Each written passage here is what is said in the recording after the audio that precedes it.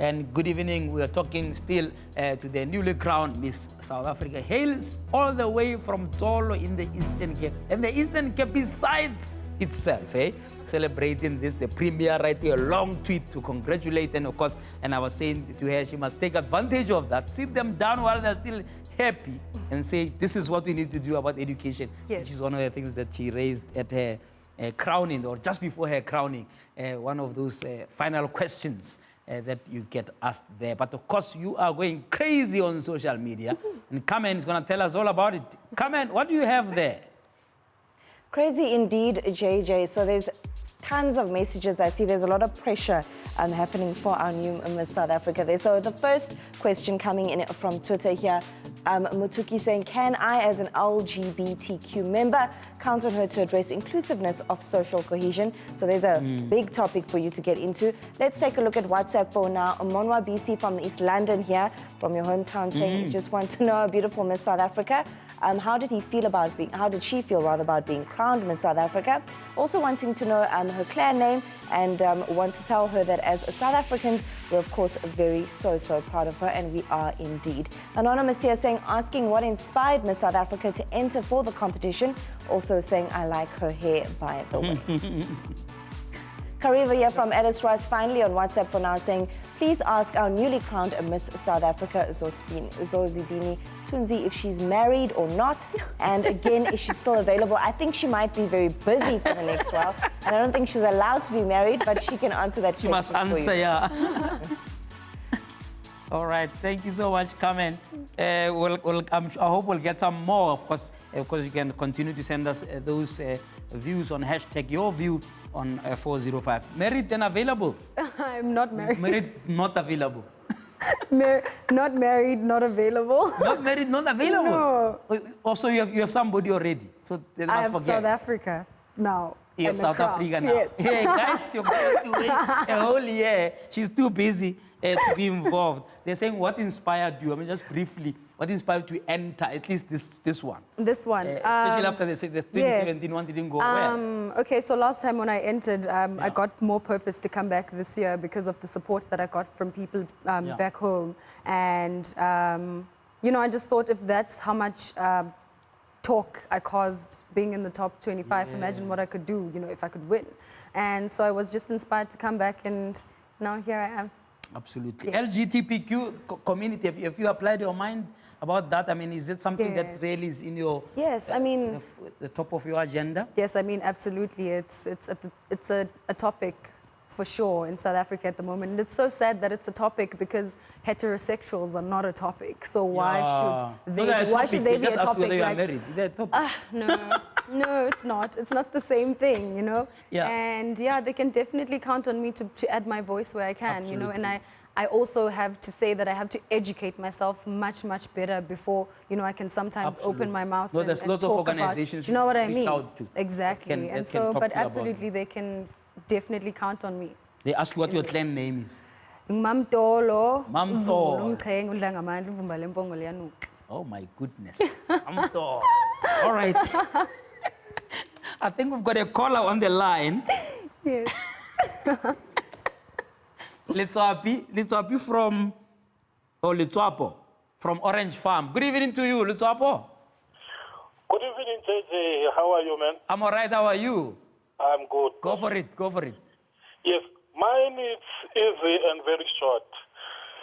I just wanted to know from Zozi, because not everyone has a privilege to go to Johannesburg or Cape Town or even Port Elizabeth. Now my question is, what is her plan to the place where she is coming from, like Eastern Cape?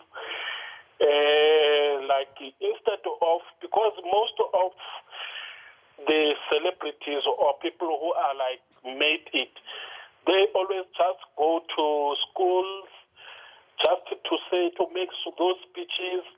What is her plan like in trying to upgrade the people, like the youth? All right. And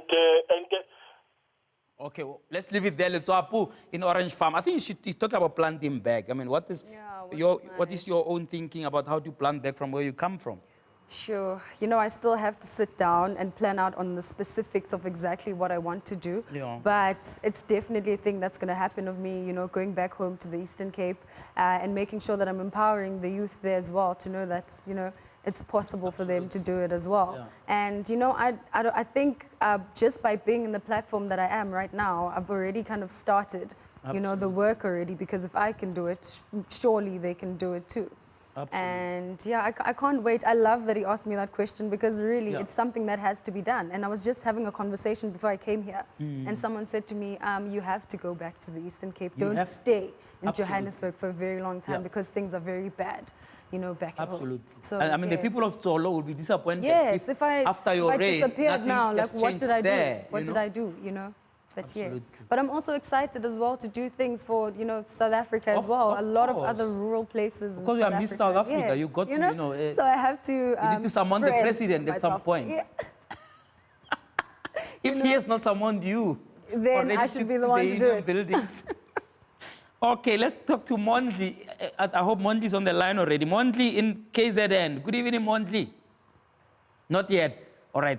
Okay, let's talk about your reign now in terms of the other things. You are still a student. You are doing your second qualification, your BTech at the Cape Peninsula. What do you intend to do with that? Are you going to continue with that part-time or are you going to suspend that and resume part-time next year? because I was already part-time and I have only 2 to 3 months left of it. I'm supposed to be graduating in December. You finish it.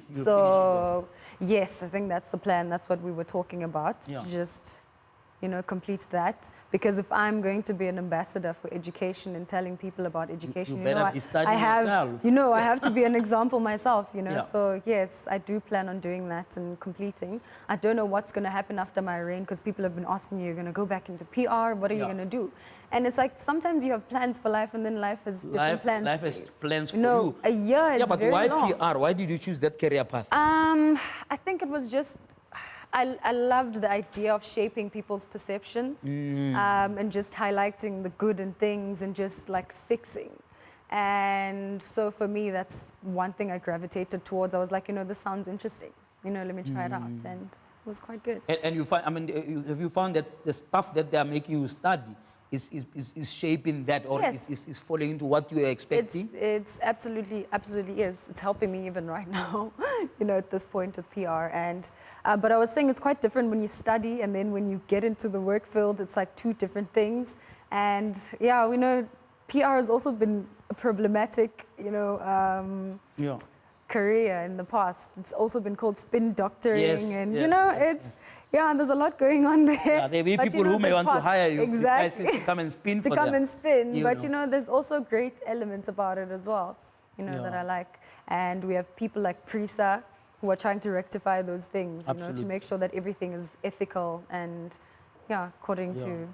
There was a big hoo-ha about your hair and what have you. Hugh Masekela, they've entered that fray. You remember that the late Hugh Masekela used to make a big deal about weave and not weave and so on. Tell me quickly about your own thinking about that, because previously you entered with the weave stuff and now you just said natural.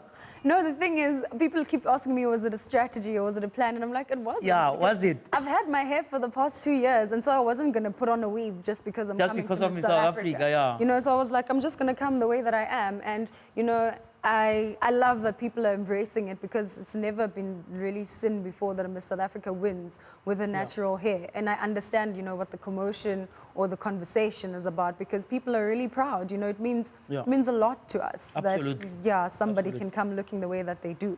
I mean, right before I came, I saw a tweet of someone saying, I think it was a little girl on Facebook, she must be 14 or something. She put a picture of me and of herself and she said, Miss South Africa looks just like me. Wow. And I was like, oh my goodness. Amazing, isn't it? I know. That's amazing. Let's go to KZN and see. Mondli, good evening. Yes, hello.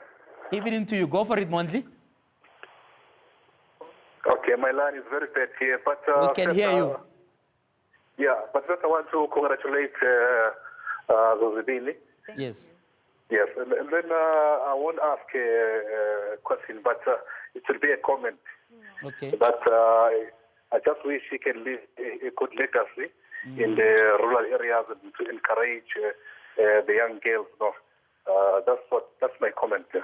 Okay, all right. Thank you so much. What worries you about South Africa? If you're a Miss South Africa ambassador at a time where the country is worried about so many things, you've talked about education. What worries you about this country that after your reign, you want to have engaged South Africans about? I'm worried about the safety of women in South Africa. At the moment, it is at a horrid state. Women are dying every day. Not only are we dying in the streets, we're dying at the safety of our own homes, where you would think that you would be safe. And that's my biggest concern. I can't go out to buy bread without worrying that I might not come back. My goodness. And it's quite painful because where did it start? Why is it happening? You know, why do the perpetrators keep doing what they're doing? Why are we not safe? And that's another thing that I would really want to touch on. And it's a heavy subject. It's quite a heavy subject, and I hope that it's not your last time to come and converse with us. Yes, There's so much to talk about. And you're talking about women not being safe. Yes. Even in their homes. Even in their Sometimes homes. you think, oh, now I've got the husband, I'll be safe. And then that's the guy who he's like your worst enemy. You know. Yeah. So I hope it's some of the matters we may take up. We hope we invite you here with conversations here continuously. And we hope if there's anything we can do to support your reign, we are here. Of course. And thank you so much for gracing us with your presence tonight. Thank you so much for inviting me. Congratulations and all the best in your reign. Thank you. Our newly crowned Miss South Africa, Zozibini Tunzi, gracing us here at Newsroom Africa. And of course, as I was saying there, you can continue to share your own views about what she should be focusing on. We'll, of course, pass them on to her. And we'll be also ready here at Newsroom Africa to support her reign. Let's take a break now.